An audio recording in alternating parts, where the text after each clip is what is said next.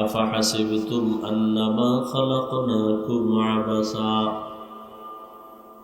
أفحسبتم أنما خلقناكم عبثا وأنكم إلينا لا ترجعون ও মানুষ, তোমরা কি ধারণা করছো আমি তোমাদেরকে অনর্থক বানিয়েছি? প্রশ্ন, তোমরা কি ধারণা করেছো আমি তোমাদেরকে অনর্থক বানিয়েছি? অর্থাৎ আমি তোমাদের অনর্থক সৃষ্টি করি নাই। এবং এটাও কি তোমরা ধারণা করেছো আমার আদালতে আর কোনোদিন তোমরা আসবা না? অর্থাৎ আমার কাছে একদিন আসতেই হবে, পালানো যাবে? কেউ পালাতে পারছে? আল্লাহকে মেরে ফেলার জন্য চক্রান্ত করেছিল আল্লাহর এক দুশমন নমরুদ। বাঁশ দিয়া সিঁড়ি বানাইয়া উপরে যায়, তীর মেরে আল্লাহকে মেরে ফেলবে। কারণ আল্লাহকেই যদি মেরে ফেলা যায় ঝামেলা মুক্ত হয়ে যাবে। আল্লাহ বলেন ওয়ামাকারু ওয়ামাকারাল্লাহ ওয়াল্লাহু খায়রুল মাকিরিন। তুমি কত বড় চালাক, তোরে বানাইছি তো আমি। এই নমরুদ, এই চালাক, তুই কত বড় চালাক, তোরে বানাইছি আমি। তোর মেমোরিটাও দিছি আমি, মেমোরির মধ্যে জিবিও দিছি আমি। কত পরিমাণ জিবি তোর ধারণ ক্ষমতা আছে তাও দিছি আমি। অতএব তুই যতই চালাকি করো, আমি রবের উপরে তোর চালাকি চলবে না। আল্লাহর দুশমন নমরুদ সে তীর মারার জন্য বাঁশের সিঁড়ি দিয়ে উপরে গিয়ে তীর ঠিকই মারলো। একটা প্রাণীর গায়ে লেগে, রক্ত লেগে তীরের মাথা নিয়ে নিচে নেই না। ভক্তদের কয়, দেখ এই রক্ত লাগানো আল্লাহ নাই মেজে বলেছে। আর সেই বেঈমানের আল্লাহ ধ্বংস করার জন্য আল্লাহর কোনো বাহিনী প্রয়োজন হয় নাই।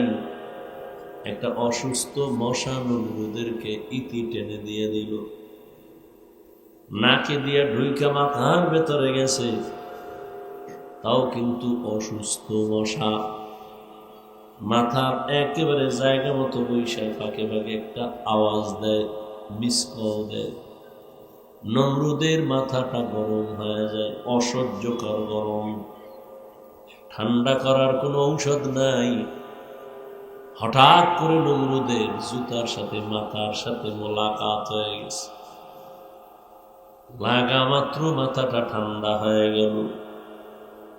নমরুদ বলে, এতক্ষণ আমি এত ডাক্তার কবিরাজ দেখাইলাম, ঔষধ পাই না।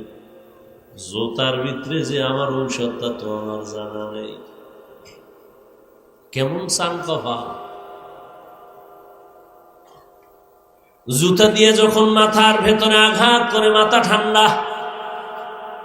এই কপাল কি সবার হয়? আল্লাহ যারে দয়া করে দেয়।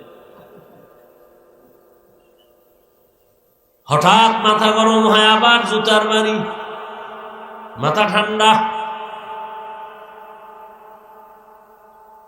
এই মাথা ঠান্ডা করার জন্য এই কামটা কে করবে? নমরুদ বলে, একটা কর্মচারীরা বেতন দিয়ে, ওর কামই হলো ফাঁকে ফাঁকে জুতার বাড়ি মারবে। কর্মচারীরে বলে, এই কর্মচারী, তোর কাজ কি জানো? তোর একটাই মাত্র কাজ, জুতার বাড়ি মারবি। ফাঁকে ফাঁকে জুতার বাড়ি মারে। নমরুদ কানে ডাইকা কয়, দিয়ে শোন, তুই যত জোরে বাড়ি মারবি বেতন তত বাড়ায় দিবি। কর্মচারী কয়, স্যার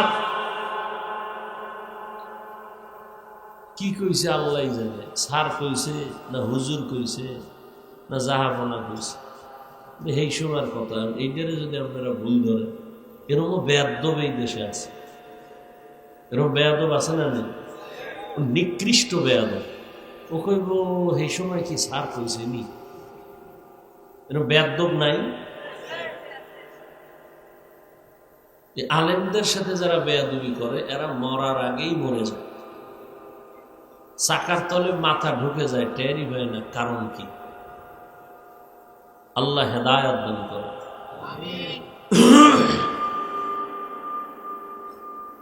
কর্মচারী কয়েকদিন বাইরে ইয়া কয় আমার খাওন ঘুম এই বাদ দিয়ে কি চাকরি আমি করুন, তা কি করা যায়? কয় আমার বদলে আরো একজন ডবল রাখতে হবে।